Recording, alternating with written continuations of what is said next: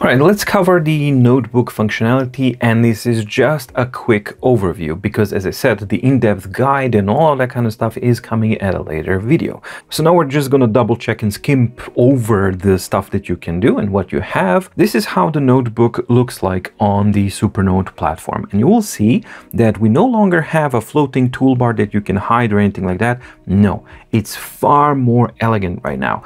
All you have is the top bar with your key icons, which is your brushes. You tap and you can switch between 3 types of brushes. You have a fine liner, basically your pressure non-sensitive brush, your pressure sensitive brush, and a marker, which is a wider type of a brush.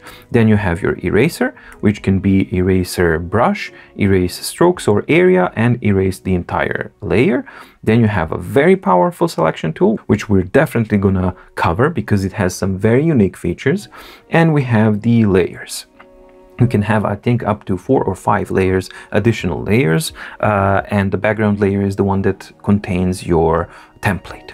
Now we have undo and redo. You can disable or enable the touch.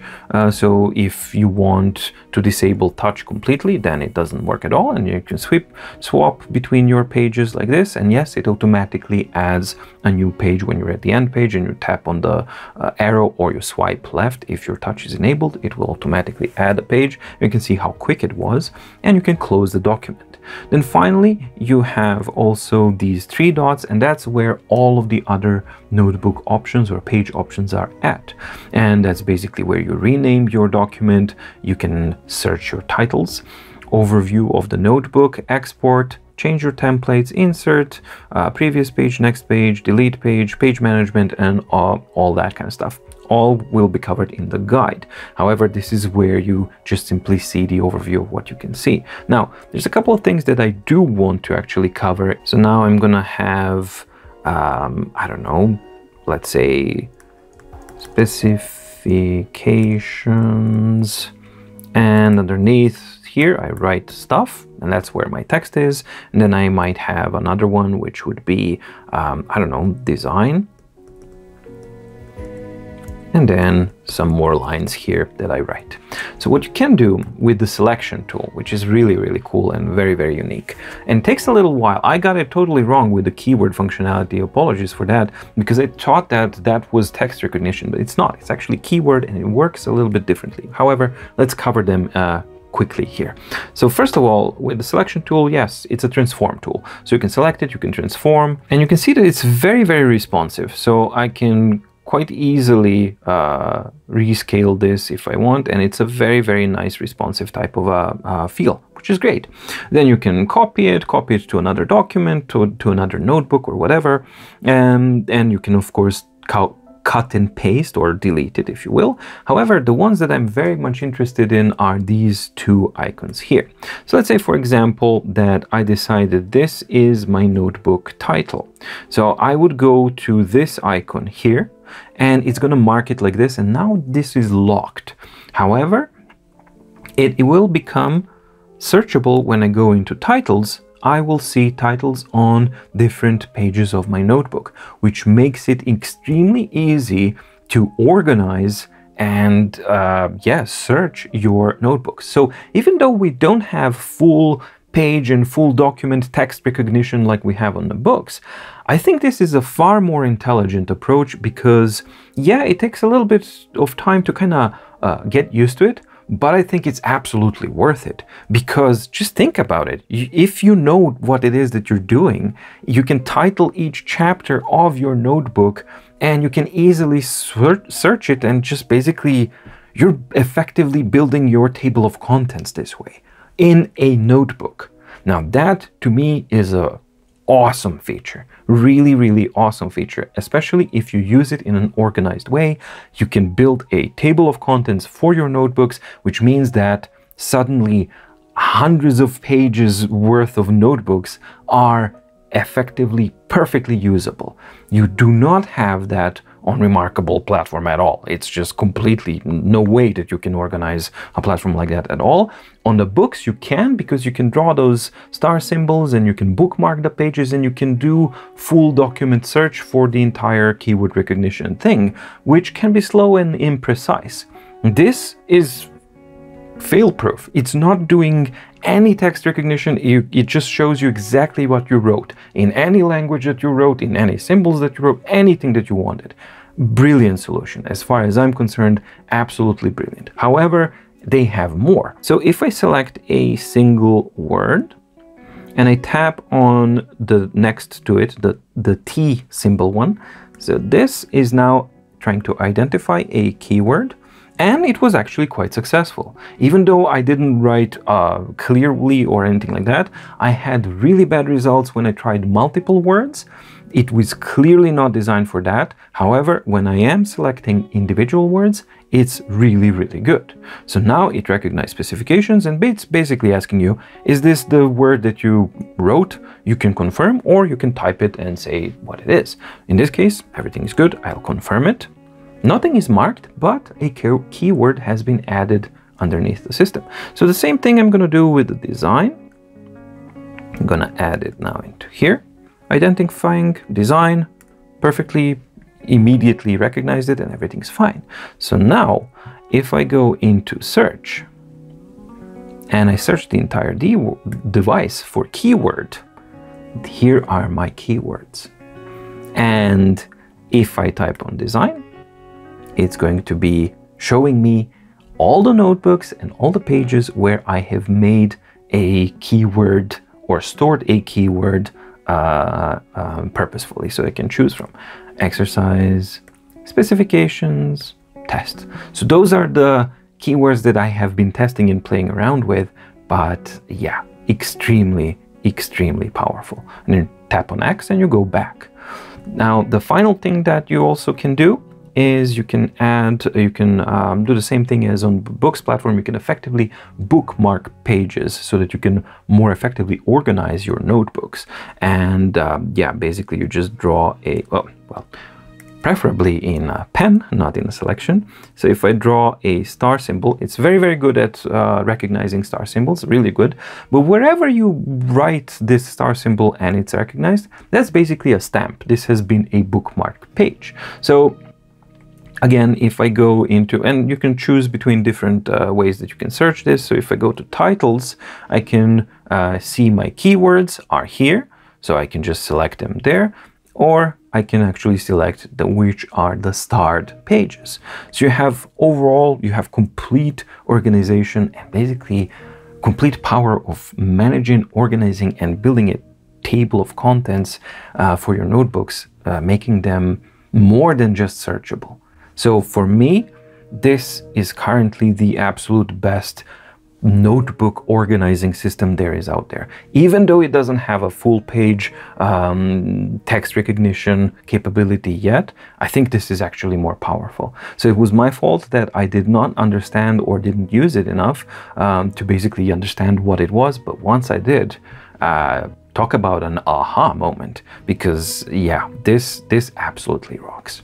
I hope that I was able to actually show you just how powerful this is. And just one last thing I want to show you is that if you go into search, in the search you also have the star marked, and then you can see all of the notebooks that have been, or documents, you can do the same thing on the documents as well, that have been marked with that star or kind of bookmarked with the star.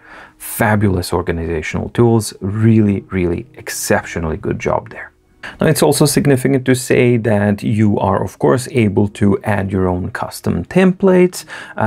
You can add quick access to a certain page of a notebook or a document, which will appear here in the quick access section of the this menu that you have.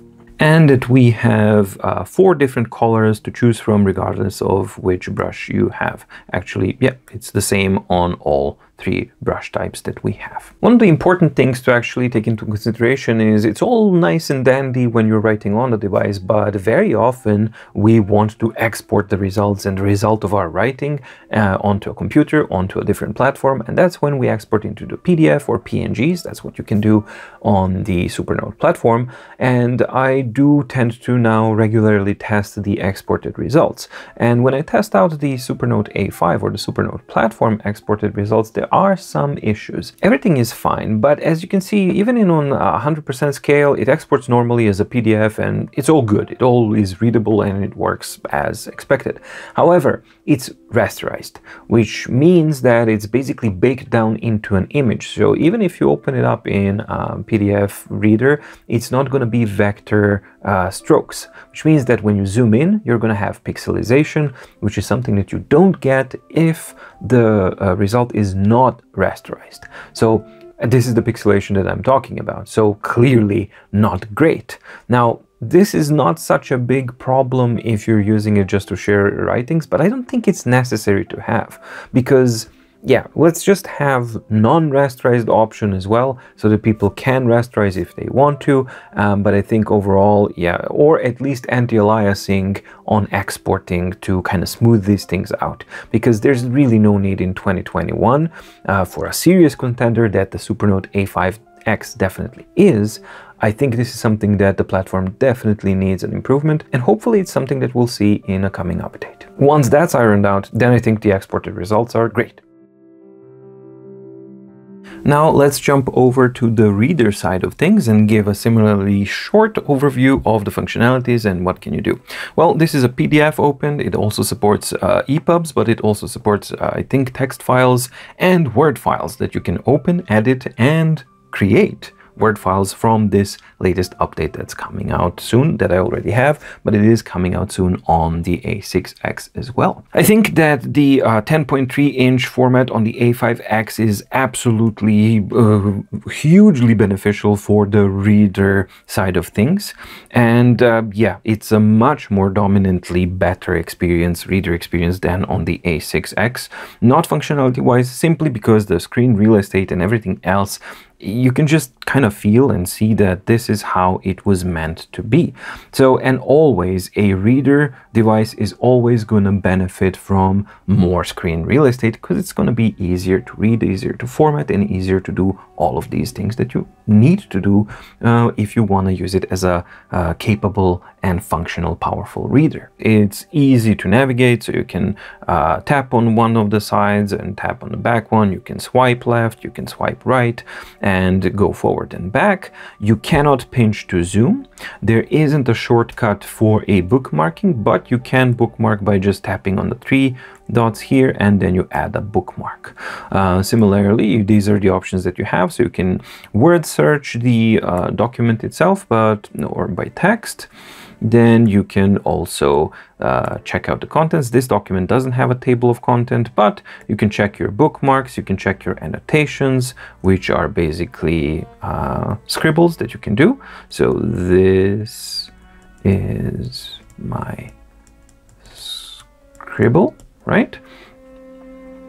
And now when I go to the contents and I go to annotation, it'll just tell me, here, there you have your thingy. Now, incidentally, when we're talking about the writing stuff, you have the exact same tools and exact same everything at your disposal. So 3 brushes, sizes, colors, everything except the layers and except the titles, because that's something that you can't do because the document probably has, or usually has, that. However, you can still add those keywords, which is absolutely fantastic. So I could select this and I go text, and even though it's angled, it recognized it very, very quickly. So that's a fabulous thing again, because the same type of functionality is transferred all across the entire platform. That's another thing that not all of the devices. For example, Boox platform does suffer from that jumping from app to app, and it feels like, okay, now I'm using this app, now I'm using this app, and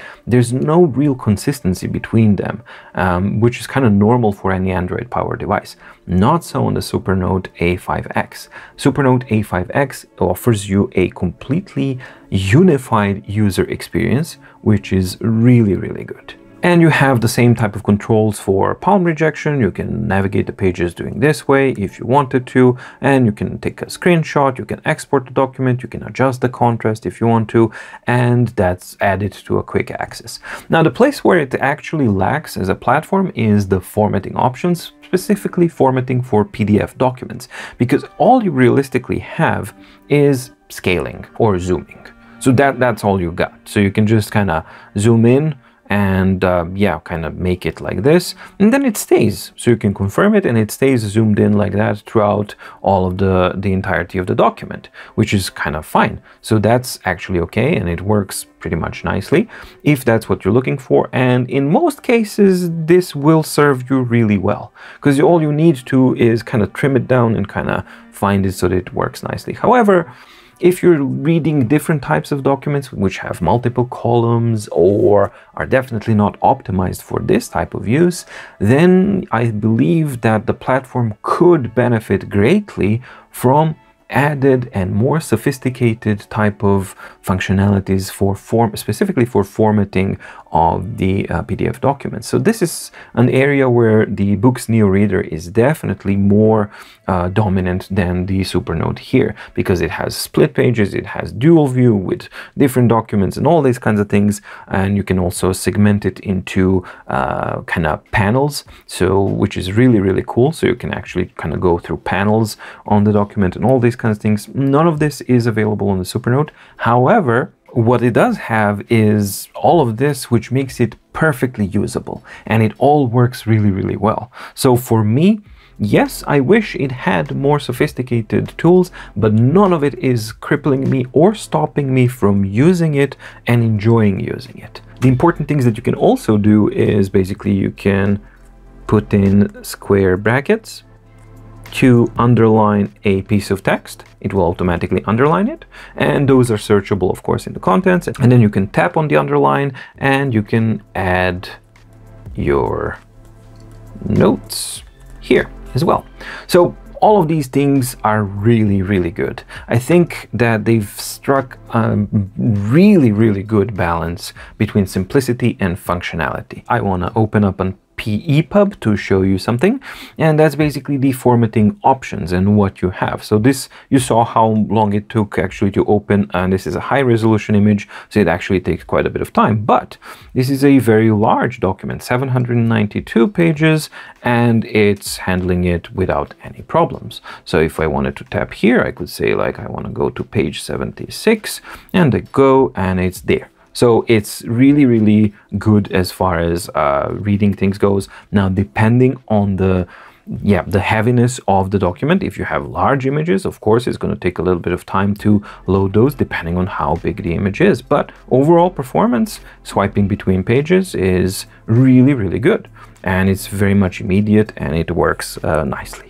Also, I don't see any ghosting here, but even if I did have some kind of ghosting, let's see, like this, I could always just go swipe up and refresh the screen. Brilliant. The last thing I wanted to show is actually the differences in the menus that you have. So you have the same scribbling options as on the PDF, and you can search. You have the contents, and the contents work when the document has normal contents. You can search the chapters, you can search the bookmarks and annotations as you normally would in a PDF as well. But the main difference is, of course, in the formatting. So you can add bookmark, contrast, and quick access, but the display settings is the one that's the different one. And here you have options. They're not too generous, but they're not Spartan either. So again, it's a balance between what you need or want. And I think the Supernote platform is kind of zeroing in more on what you need type of things, but it's offering you plenty of options so that yeah, whatever your needs are, you're likely able to find those. So we have a couple of different system fonts to choose from, only four, but that's fine. Then you have 7 different font sizes, and you have row spacing and margins, and that's it. And the performance is, yeah, depends on the document, of course. So now let's make wide margins and smaller text, and then you click on save. And remember, this is a very large document, and it's still kind of counting, and you can see there's a question mark here, and that's simply because it's still calculating and kind of rechecking reformatting the EPUB. However, you are free to browse your document normally as you would with the new settings, which is a really cool thing. So unlike the Remarkable, which is kind of blocking the entire document and the device until the formatting is completed, this one really is open. And let's just kind of remember that this is a very large document. So it's, yeah, it was transferring 1256 pages. Excellent work there. As of this moment, the only real downside, as far as I'm concerned, as far as the reader side of things goes, is that there's no dictionary functionality. So there is no built-in dictionary, there's no third-party dictionary, there's no dictionary at all. So even if you were to select a single word, it will just simply select it, but there's no functionality here. So I think this is something that hopefully they will build in soon. And yeah, I don't think it's unreasonable to expect it, because they update this platform like amazingly well and consistently. And definitely there's a room here for everything, because you could have on the selection itself, you could have like a translation or a dictionary portion here, or maybe something even more effective.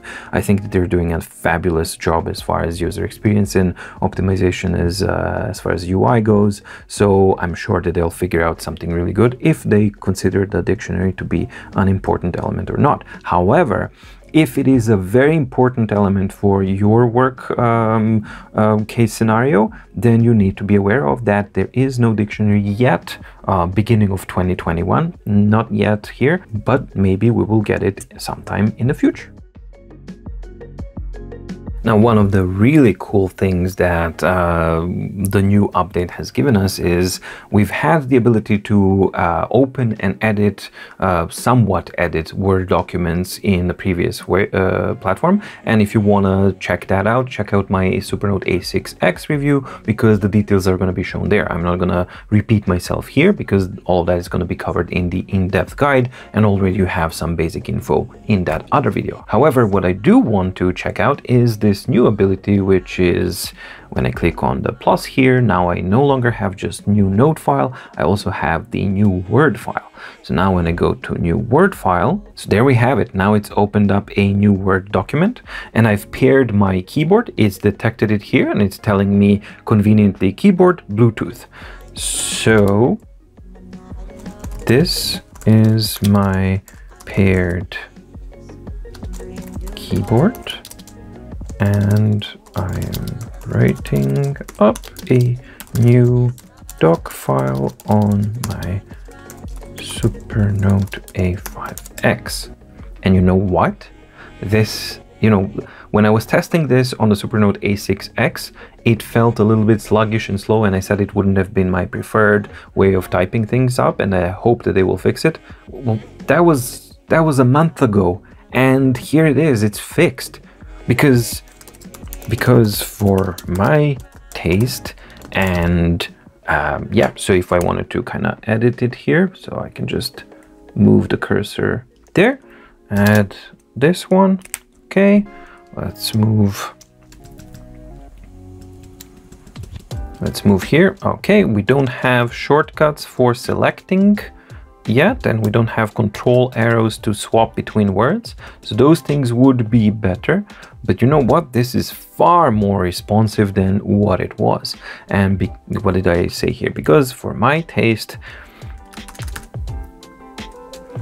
this is now perfectly usable as a very simple but handy text editor. So yeah, At this point, I have absolutely no doubt that this experience is going to be improved. So better shortcut, like control and arrow to swap between words, to be able to make a selection of words and edit that selection, all that kind of stuff, to actually expand it over time gradually into a functional text editor. But you know what? Even as it is now, definitely works, and I'm very happy about that. So Supernote A5X comes with 32 gigabytes of internal storage. It's not expandable, and you can see that now I have 21.1 gigabytes, but I've already added, I think, 1.5 gigabytes or something like that. So you get around 23 gigabytes of available storage space on the Supernote A5X. For my needs, that's really, really plenty, especially when it's coupled with the fact that you can use the USB cable to simply hook it up and it just behaves perfectly normally, because as you can see, I just plugged it in, it appears as a USB drive, you drag and drop, and yeah, you transfer all of the files without any problem at all. And that directory structure is basically maintained. So if I go back here, do you want to save changes? Yeah, I want to save changes. So basically when I go back here and I check out my documents, so this is the whole folder that I dragged over and it copied, and all of the files are there, including the super large ones, or the big one, which is I think 800 megabytes and over 10,000 pages. This is this one here, Collected Works of Carl Gustav Jung. And yeah, 10,844 pages document, something that, for example, Remarkable 2 cannot handle at all. And again, it just works as you would expect it to. Now, of course, it's going to be a little bit slower on different types of documents, and this is an extreme. I mean, this is a really, really extremely large document, but it's definitely able to handle it without much problems at all. And I believe that it's kind of caching some stuff inside. This is the very first time I opened the document on here, and what I can notice is that more time I allow it, more responsive it becomes. So it stands to reason that it's perfectly conceivable that it's basically caching pages a little bit forward and a little bit back, and right now it's perfectly responsive as it would be on any other page. And there we go. So now it's caching a little bit more. So occasionally you will run into the space where it needs to kind of cache in stuff. But from what I've noticed is that you don't get it on smaller documents, only on extreme documents like this one, 10,844 pages, which is quite a lot. Now you also have the files subsection, and this is the folder structure that you actually see on the device, and more importantly on the computer when you hook it up via the USB, because these are the folders that you see, and your styles or templates are going to go into My Style, Notebooks, and everything regarding notebooks is going to be in Notebooks, documents there, screenshots here, inbox, everything that you download from your email client is going to be in there, and export is everything that you export is going to be in the export folder. So extremely easy to find your way around things and very recognizable. And this is something that I do prefer over the Boox platform, where you have to dig through folder structure and kind of find things out. This is kind of like a standard thing on any Android device. You have to manage the file structure because it's kind of messy. Not so on this one. On this one, they've actually managed to pay attention and make sure that the usability is the most important one. And yeah, it definitely shows. So I really, really like that as well. And finally, it's not something that I'm going to show here. It's going to be in the in-depth guide, but you can also synchronize with the Dropbox and synchronize with the Supernote cloud file, where I'm not sure how much space you have. I'll double check that as well. But yeah, this is the icon where you would synchronize your content. So those are the storage options that you have.